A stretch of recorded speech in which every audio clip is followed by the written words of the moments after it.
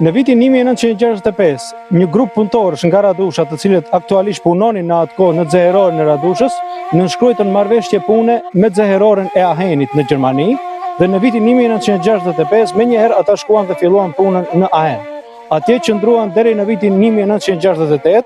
pastaj gradualisht u shpërngulën dhe u vendosën në pjesën lindore të Gjermanisë në Berlin, ku prej asaj periudhe deri sot të gjithë radushasit ose pjesa dërmuese e banorëve të Radushës është në Berlin të Gjermanisë. Arteria kryesore e zhvillimit ekonomik prej periudhës së viteve 70-ta, 80-ta, 90-ta, por e deri më sot ne mbaremi kryesisht nga puna e diasporës së Radushës, e cila është e koncentruar dhe është vazhdimisht në mbajtjen e fshatit si në donacione, si në punë dhe në çdo zhvillim të tjetër të fshatit.